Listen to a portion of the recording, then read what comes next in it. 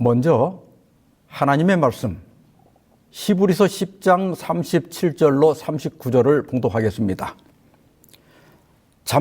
잠깐 후면 오실 이가 오시리니 지체하지 아니하시리라.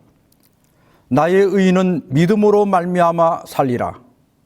또한 뒤로 물러가면 내 마음이 그를 기뻐하지 아니하리라 하셨느니라. 우리는 뒤로 물러가 멸망할 자가 아니요 오직 영혼을 구원함에 이르는 믿음을 가진 자니라. 재림교회의 6대 기둥 교리 중 오늘은 두 번째 기둥, 예수 그리스도의 임박한 재림에 대해 말씀을 드리고자 합니다. 제가 12살 때 인삼의 고장 금산에서 살던 저희는 제너머라고 부르던 전라북도 진안군에 있는 용동이라는 곳으로 이사를 갔습니다. 금산에서 40리나 떨어져 있고 전기도 들어오지 않는 깡촌이었습니다. 가끔 금산 장날이 되면 부모님은 농산물을 지고 가서 그것을 팔아서 옷이나 신발이나 생활에 필요한 것들을 사오셨습니다. 하루에 한 번 버스가 다니긴 했지만 한 푼이라도 아끼기 위해 대부분 걸어서 다녔습니다. 새벽에 출발해서 장을 보고 해질 무렵에 돌아오시곤 했습니다.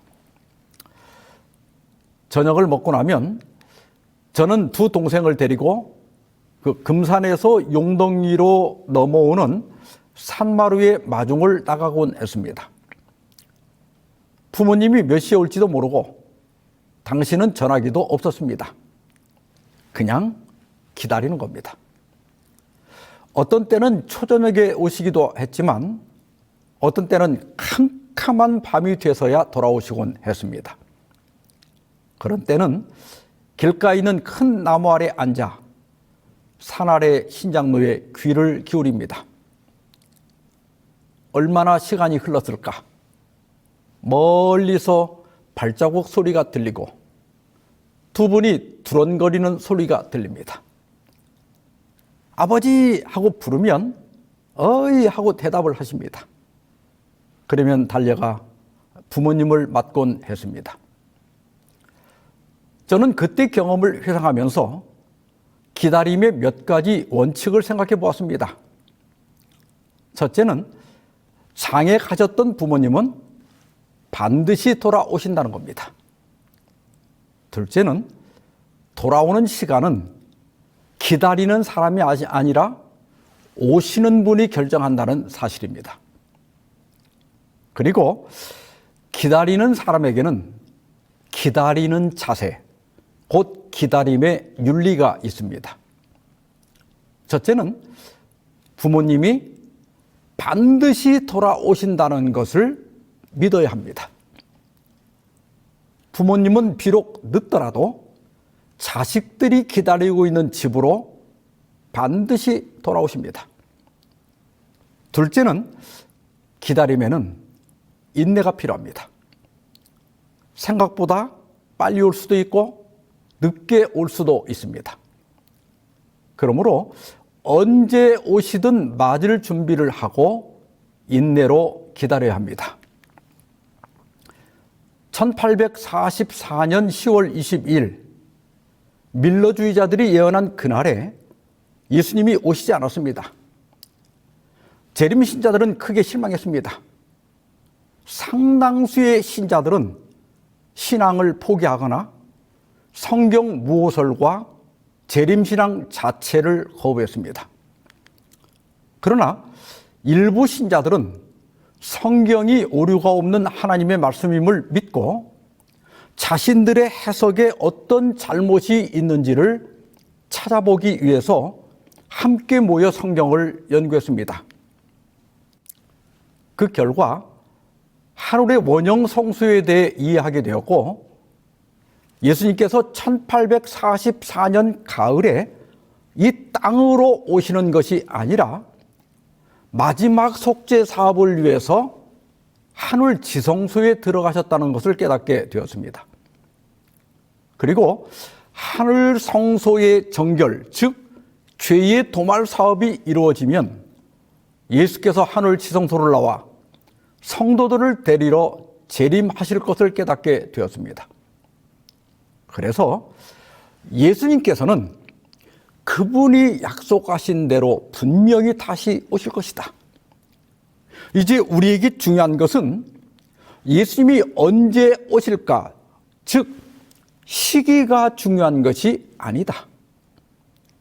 우리가 어떤 태도로 예수님을 기다려야 하는지, 그리고 무엇을 준비해야 하는지가 더 중요하다는 생각을 갖게 되었습니다. 이것이 바로 재림교회가 믿고 전하고 있는 임박한 재림 신앙입니다.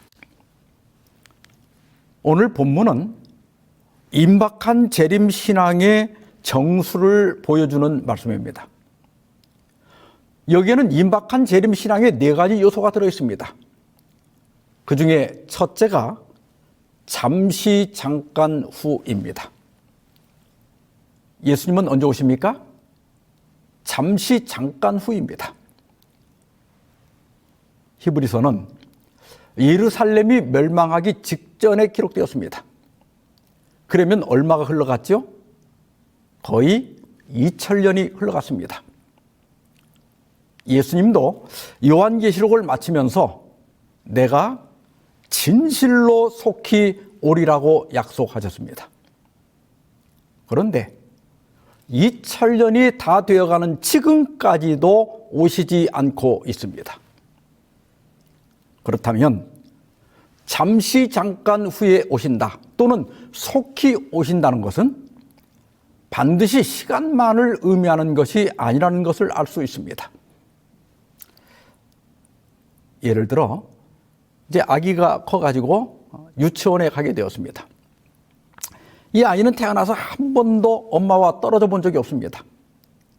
아이는 엄마 치맛자락을 붙잡고 떨어지지 않으려고 합니다. 그러면 엄마가 뭐라고 달랩니까? 여기서 조금만 놀고 있어. 엄마가 금방 데리러 올게. 여기서 엄마가 말한 금방은 시간을 의미합니까? 반드시를 의미합니까? 반드시를 의미합니다. 엄마가 반드시 너를 데리러 올 테니 걱정하지 말고 놀고 있어, 이런 뜻입니다. 잠시 잠깐 후나 속히 오신다는 것도 같은 의미입니다. 속히 오리라는 것은 시간보다는 정한 시간에 반드시 오신다는 데 강조점이 있습니다. 이 말씀을 들으면서 어떤 분은 그렇다면 예수님은 더디게 오시는구나 하고 생각하실지 모르겠습니다.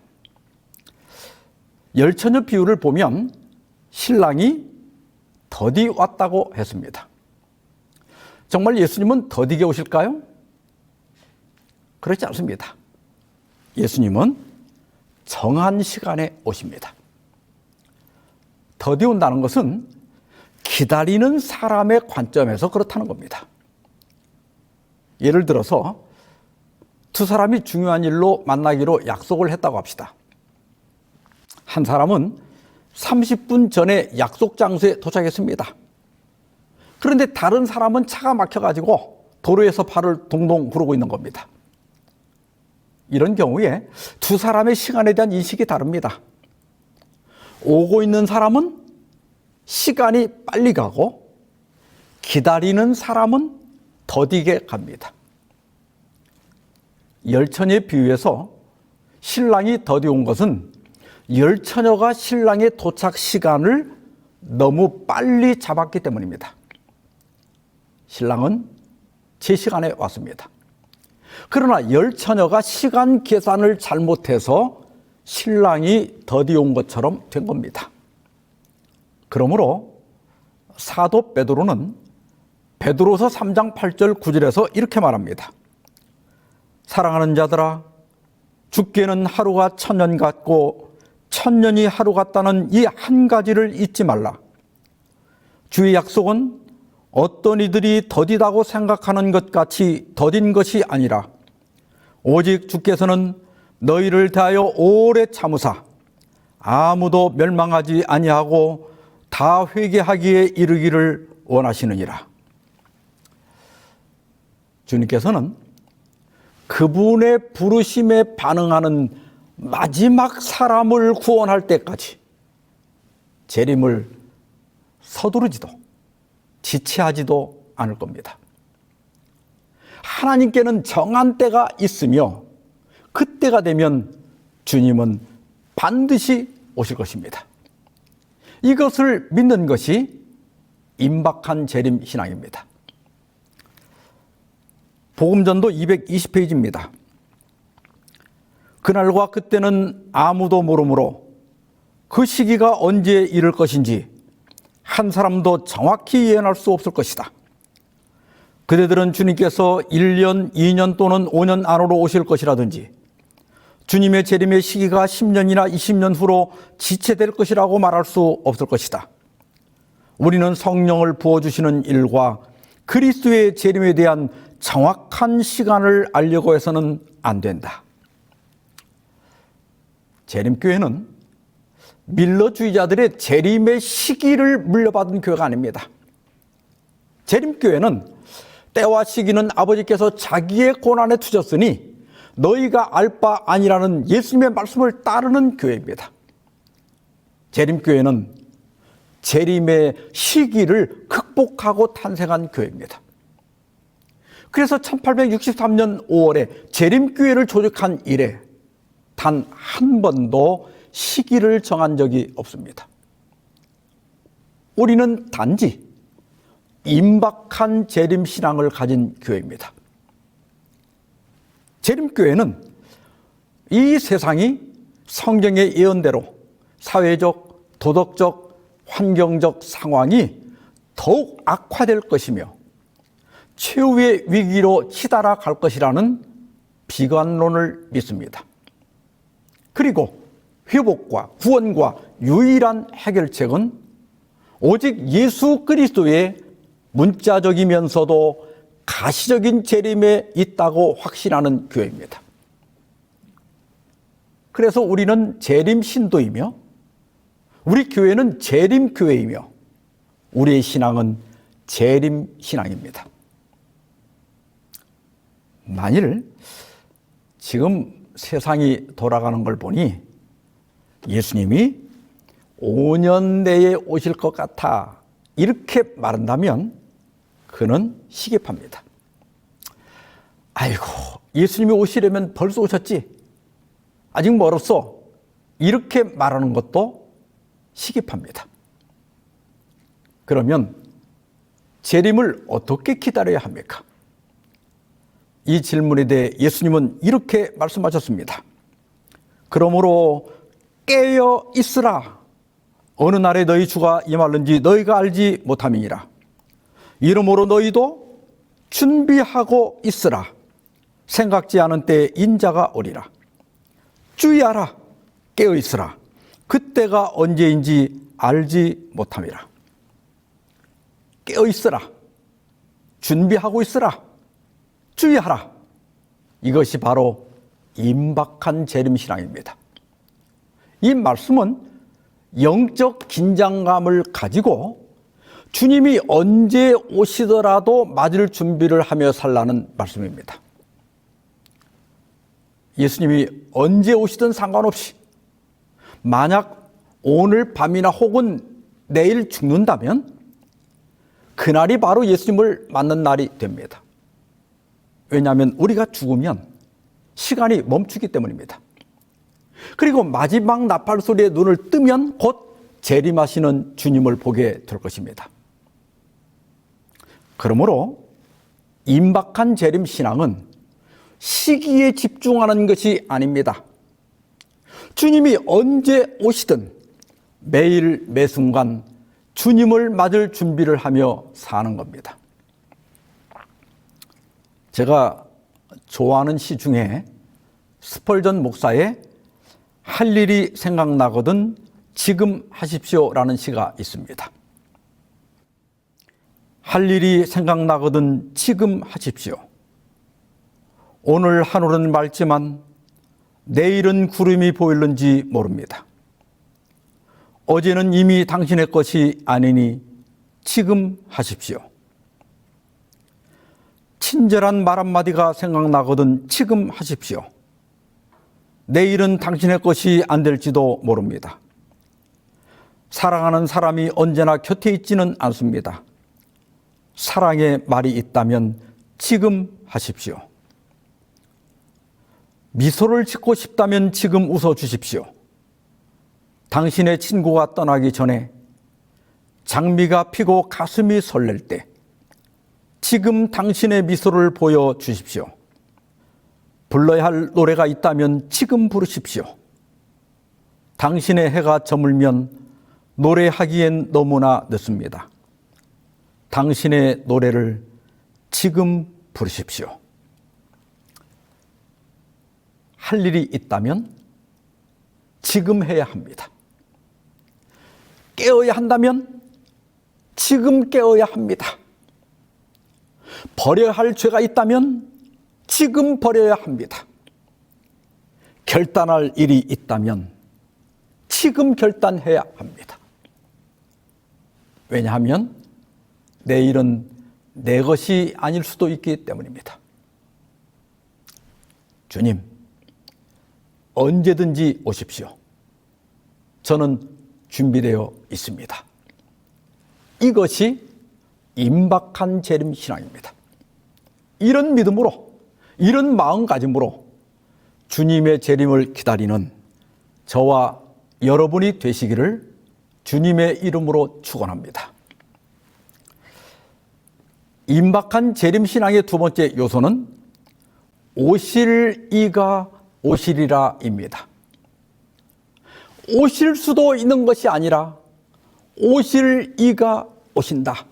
반드시 오신다는 겁니다. 오실 이가 오신다는 것은 우리의 신념에서 근거한 것이 아니라 예수님의 약속에 근거한 것입니다. 예수님은 마지막 만찬에서 우리가 잘 아는 재림의 약속을 주셨습니다. 가서 너희를 위하여 거처를 예비하면 내가 다시 와서 너희를 내게로 영접하여 나 있는 곳에 너희도 있게 하리라. 예수님은 친히 내가 다시 오겠다고 약속하셨습니다. 그래서 우리는 오실 이가 반드시 지체하지 않고 오신다고 믿습니다. 그리고 예수께서 승천하신 후 제자들이 넋을 잃고 하늘을 쳐다보고 있을 때 천사들이 나타나 이렇게 말합니다. 갈릴리 사람들아, 어찌하여 서서 하늘을 쳐다보느냐? 너희 가운데서 하늘로 올려지신 이 예수는 하늘로 가심을 본 그대로 오시리라. 오실 이가 오신다는 것은 예수께서 친히 하신 약속이며 천사가 보증한 것입니다. 이것은 우리 재림 신앙의 토대입니다. 성경 전체에서 재림의 약속이 2000번 이상 기록되어 있습니다. 성경절을 어떻게 해석하느냐에 따라 약간 다르지만 일반적으로 구약 성경에 재림이 약 1800번 언급되어 있고 신약 성경에는 약 300번 정도 언급되어 있다고 합니다. 신약 성경에서는 매 26절마다 한 번씩 재림을 언급하고 있는 겁니다. 그리스도의 초림에 대한 예언은 구약 성경에 약 300번 정도 있다고 합니다. 그 예언대로 예수님은 초림하셨습니다. 이에 비해 예수님의 재림에 대한 언급은 8배나 됩니다. 이것은 그리스도의 초림보다 재림이 8배 더 확실하다는 것을 보증하는 겁니다. 오실 이가 오실 겁니다. 우리는 이 약속 위에 믿음을 세우고 흔들리지 말아야 합니다. 때로 세상은 우리의 재림 신앙을 비웃을지 모릅니다. 지금 같은 세상에 예수가 구름을 타고 온다는 것을 믿느냐? 조롱할 수 있습니다. 그러나 성도 여러분, 오실 이가 오시리니 지체하지 않으실 겁니다. 이 재림 신앙 위에 굳게 서서 흔들리지 않는 믿음으로 주님을 기다리시기 바랍니다. 저는 오래전 로마의 아피아 가도에 있는 산 칼리스토 카타콤을 방문한 적이 있습니다. 2세기부터 4세기까지 박해를 받을 때 그리스도인들이 숨어서 예배를 드렸던 지하 묘지입니다. 그들은 서로 만날 때마다 마라나타, 주 예수여 어서 오시옵소서라고 인사를 나누었다고 합니다. 카타콤 벽에는 프레스토 벽화들이 많이 있습니다. 여기 물고기 그림이 있는데요. 물고기는 헬라어로 익투스입니다. 예수, 그리스도, 하나님의 아들, 구세주라는 신앙 고백의 핵심 단어들의 첫 글자를 모으면 익투스가 됩니다. 그리고 닷 그림도 발견되는데 닷은 영원의 항구에 도착했다는 뜻으로 구원을 상징합니다. 특히 제가 목이 메었던 벽화는 요나의 물고기 그림입니다. 이 그림은 물고기가 요나를 토해낸 것처럼 이 지하 묘지에서 나가 자유롭게 살게 해달라는 기도입니다. 또한 무덤이 그들을 토해내고 부활할 것을 나타내기도 합니다. 초기 그리스도인들은 그 어둡고 침침한 지하 묘지에서 오실 이가 오실 것이라는 재림의 소망을 가지고 하루하루를 견뎠습니다. 요즘 온 세상이 제정신이 아닙니다. 정치, 경제, 사회 전반이 혼란으로 가득 차 있습니다. 그러나 두려워할 필요가 없습니다. 오실 이가 반드시 오셔서 모든 불의와 혼란과 슬픔을 끝내실 겁니다. 요한계시록 21장에 약속한 대로 주님께서 오셔서 우리 눈에서 모든 눈물을 닦아주시고 사망이나 애통이나 아픔이 다시 없게 될 겁니다. 이 땅에서 받은 고난과 손실과 억울함도 다 갚아주실 겁니다.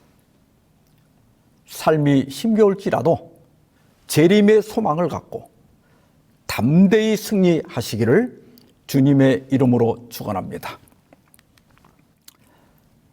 임박한 재림신앙의 세 번째 요소는 뒤로 물러가지 않는 겁니다. 또한 뒤로 물러가면 내 마음이 그를 기뻐하지 아니하리라 하셨느니라. 이것은 신앙의 후퇴와 배교에 대한 엄중한 경고입니다. 이스라엘 백성들은 광야에서 40년을 보내고 마침내 가데스에 도착했습니다. 저기 눈앞에 약속의 땅이 있습니다. 그러나 이스라엘 백성들은 열 정탐꾼의 부정적인 보고를 듣고 낙심하여 이렇게 말합니다. 이에 서로 말하되 우리가 한 지휘관을 세우고 애굽으로 돌아가자 하매 10명의 정탐꾼은 말합니다. 젖과 꿀이 흐르는 땅은 맞다. 그러나 거기에는 거인인 아낙 자손들이 있다. 그들에 비하면 우리는 스스로 보기에도 메뚜기와 같다. 그들이 너무 강해서 우리는 가나안 땅을 점령할 수 없다. 그러니 애굽으로 돌아가자. 스코틀랜드 오스왈드 챔버스 목사는 우리의 모든 염려와 초조는 하나님을 빼고 계산하기 때문이다 그랬습니다. 이스라엘 백성들은 하나님을 빼고 자신들과 아낙 자손들을 비교했습니다. 그러니 자신들은 메뚜기로 보였고 다 틀렸으니 애굽으로 돌아가자는 겁니다. 그런데요, 애굽으로 돌아가 봤자 좋을 것도 없습니다. 다시 노예가 되는 겁니다. 우리는 신약 성경에서 뒤로 물러간 슬픈 기록들을 많이 볼 수 있습니다. 젊은 부자 관원은 재물이 많음으로 근심하며 예수님을 떠나갔습니다. 가룟 유다는 돈을 사랑하여 예수님을 팔았습니다. 후메네오와 알렉산더는 양심을 버렸고 이설에 빠져 믿음에서 파산했습니다. 데마는 세속적 이익과 명예를 사랑하여 바울을 떠났습니다. 갈라디아 사람들은 성령으로 시작하였다가 육체로 마쳤습니다. 다시 말해 그리스도를 믿는 믿음으로 시작했으나 다시 유대 율법주의로 돌아갔습니다. 사도 베드로는 뒤로 물러가는 것에 대해서 이렇게 말했습니다. 참된 속담에 이르기를 개가 그 토하였던 것에 돌아가고 돼지가 씻었다가 더러운 구덩이에 도로 누웠다는 말이 그들에게 응하였도다. 우리도 뒤로 물러가고 싶을 때가 있습니다. 열심히 믿어봤지만 메마른 광야를 걷는 것과 같을 때가 있습니다. 어렸을 때부터 곧 오신다는 예수님은 아직도 기약이 없습니다. 살기도 힘들고 건강도 예전 같지가 않습니다. 교회도 뭐 별 재미가 없습니다. 그래서 어떤 때는 애굽으로 돌아가고 싶을 때가 있습니다. 그러나 여러분, 뒤로 물러가는 것은 결코 가벼운 문제가 아닙니다. 애굽으로 돌아가는 것은 곧 죄의 노예로 돌아가는 겁니다. 하나님께서는 뒤로 물러가는 사람을 내 마음이 기뻐하지 않는다고 말씀하셨습니다. 또한 오늘 본문에서는 뒤로 물러가는 자는 멸망할 것이라고 경고합니다. 예수님은 손에 쟁기를 잡고 뒤를 돌아보는 자는 하나님의 나라에 합당하지 않다고 말씀하셨고 끝까지 견디는 자가 구원을 얻으리라고 약속하셨습니다. 재림 신도는 전진하는 사람입니다. 넘어지고 실수할지라도 일어나 다시 전진하는 사람입니다. 혹시 어떤 문제로 뒤로 물러갔거나 뒤로 물러가고 싶은 유혹을 느끼시는 분이 계신다면 다시 한번 일어나 이전의 믿음과 사랑과 열정을 회복하시기 바랍니다. 주님이 가까이 곧 문 앞에 와 계십니다.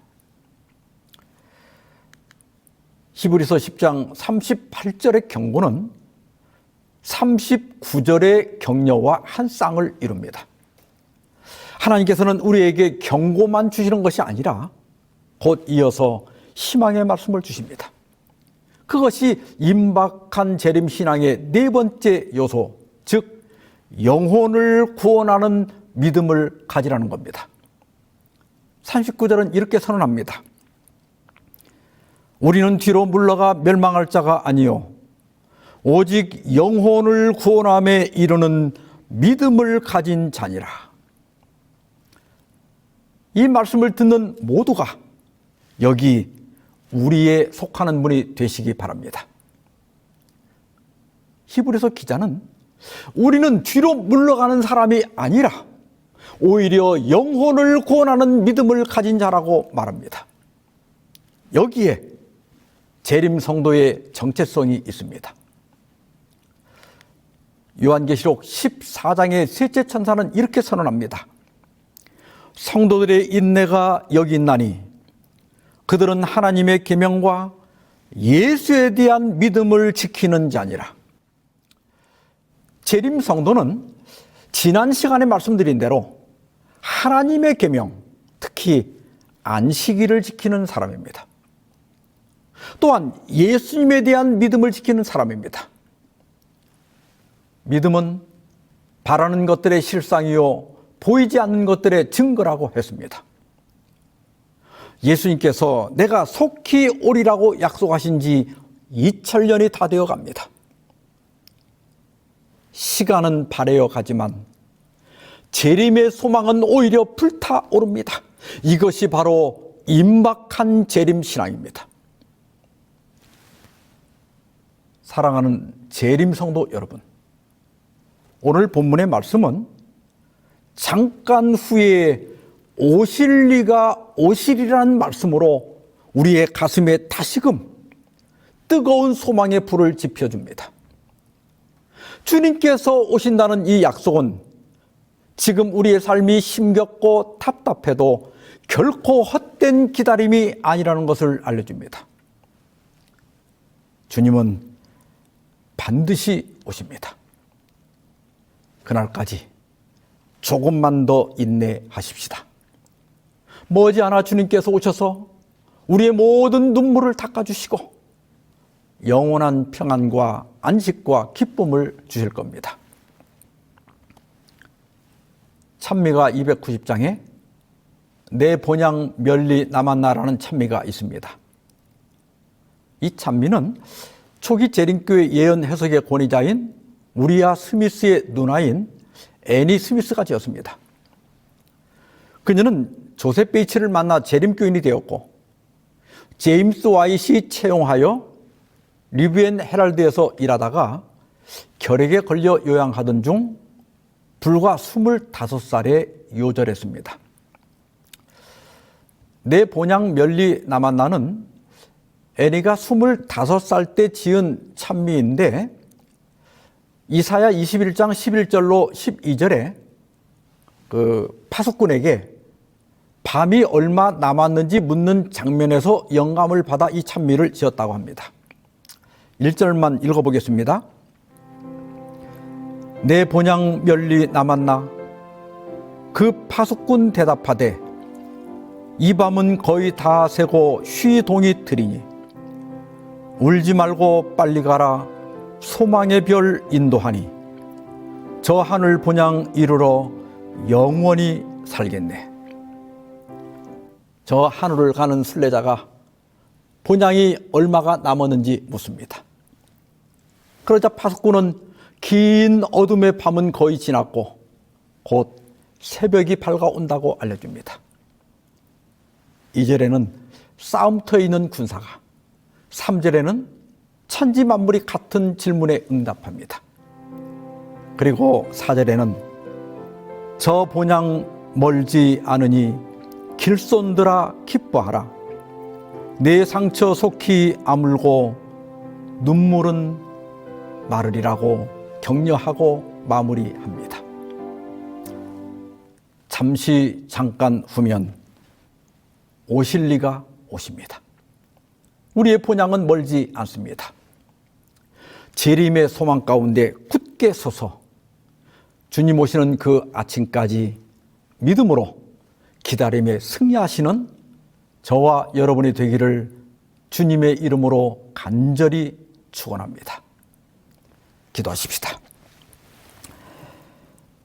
자비로운 하나님 아버지, 이 혼란하고 힘들고 허전한 세상에서 재림의 소망으로 우리의 마음을 다시 한번 불타오르게 하시니 감사합니다. 잠시 잠깐 후에 오실 리가 오실 때 우리 모두 손에 손을 잡고 주님을 맞게 주시옵소서. 실망하여 뒤로 물러가려는 백성들이 있다면 임박한 재림 신앙을 회복할 수 있도록 도와주시옵소서. 머지않아 동이 틀 때까지 영혼을 구원하는 믿음으로 승리하는 저희가 되도록 도와주시옵시기를 우리 주 예수님의 이름으로 기도하옵나이다. 아멘.